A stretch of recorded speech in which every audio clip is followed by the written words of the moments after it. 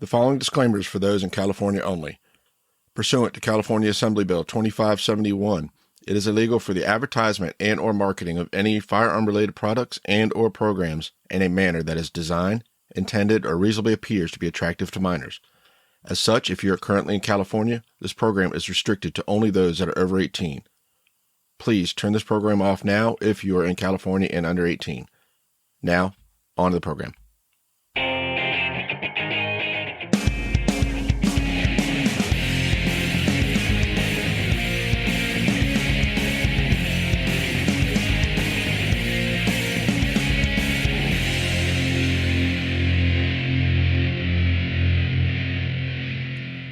Hello and welcome to the centertenspodcast. Centertens is a podcast that discusses small bore and precision air rifle from junior shooting sports on up to NCAA collegiate and Olympic competition. And now here's your host, Adam Pearson. Hello and welcome back to Centertens.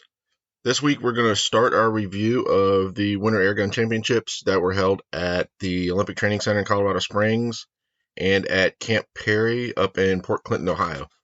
We're actually going to separate the two matches into two different episodes due to just the information, the amount of information that's there, and to separate out the different competitions because Camp Perry did theirs slightly different than what OTC did.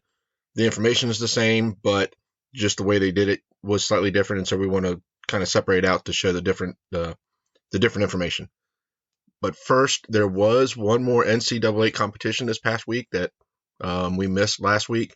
Alaska Fairbanks traveled to Air Force last week and competed there on Wednesday. I believe they used the trip to also help cover expenses to go to OTC for the Winter Airgun Championships. So it was kind of smart to try to match up the travel, all the travel. So their match, again, was on Wednesday. Alaska Fairbanks topped that match with an aggregate score of 47-19 to Air Force's 47-09. Alaska shot a 23-35 small bore and a 23-84 air to Air Force's 23-32 small bore, 23-77 air. The scoring teams for Alaska Fairbanks, the top shooter for them was Rachel Charles with an aggregate of 1187. Their small bore team, Rachel had a 591. Sarah Karasova had a 585. Elijah Spencer had a 580. And Marina Gonzalez Mazo had a 579. And for air, Sarah Karasova shot a 599. Then Akito Shimizu with a 596. Rachel Charles also had a 596. And Katrina Demerly had a 593. For Air Force, their top shooter was Scott Rocket with an 1184 aggregate. Scott shot a 589 small bore, followed by Morgan Krebs with a 586. Dante Aledo with a 583. And Lauren Hurley with a 574. For their air rifle team, Panaya D'Souza had a 597, Scott Rocket with a 595, Morgan Krebs with a 593, and Megan Torrance with a 592. So that's the final match for NCAAs for 2023. Again, we'll start seeing competition gear back up as they return back to school around the second week of January. So now we're going to move on to the Winter Airgun that was held at the Olympic Training Center. We'll do Camp Perry on next week's episode. We'll go over the women's results first, and then we'll go over the men's. So at the end of the competition, the high juniors under 15, we had Camden McFarland with a 2-day total of 1239.7. Second place under 15 was Briley Sorella with a 1236.7. And third place under 15 was Victoria McClung with a 1233.5. Then the under 18 juniors, we had Brianna Walter with a 1246.4 2-day total. Mackenzie Kring came in second, also with a 1246.4. And Mackenzie Larson came in third with a 1246.2.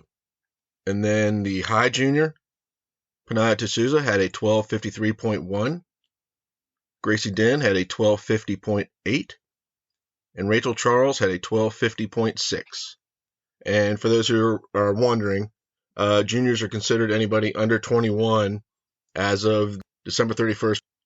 So all these shooters were under 21 So after competition, the top 8, we had a tie at first between Sagan Madalena and Mary Tucker. They both had a qualification score of 1264.4. Then we had Allison Wise with a qualification score of 1262.9. Next, we had Elizabeth Marsh in 4th with a qualification score of 1260.4. In 5th, we had Katie Zahn with a 1258.7. 6th place qualifier was Panaya D'Souza with a 1253.1. 7th place qualifier was Jean Haverhill with a 1251.4. And the last qualifier, 8th place, was Gracie Din with a 1250.8. So those top 8 shooters went into finals. And at the end of finals, Mary Tucker came in first with a 251.9. Katie Zahn came in second with a 249.9. And Jeannie Haverhill came in third with a 228.5. So those are the scores after the finals competition. And the way the finals competition is held, you shoot 2 5-shot groups, and then you start shooting a 2-shot elimination.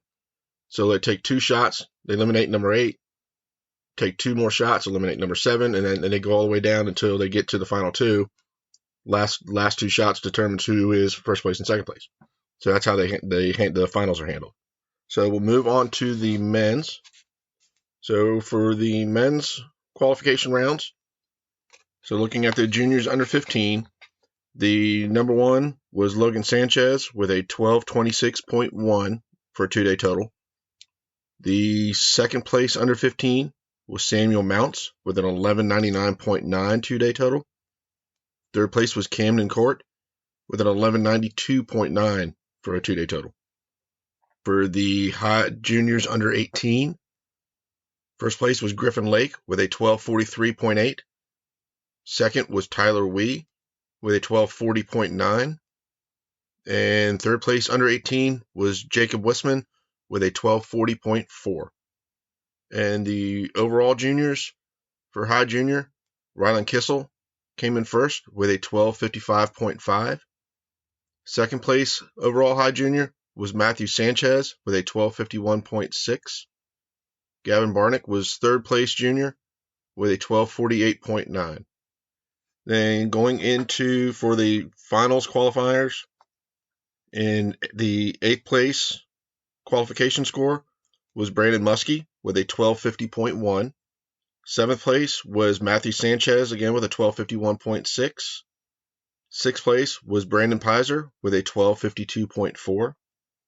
5th was Peter Fiore with a 1253.3. 4th place qualifier was Rylan Kissel with a 1255.5. 3rd place qualifier was Timothy Sherry with a 1257.0. 2nd place qualifier was Lucas Kaczynski with a 1258.4.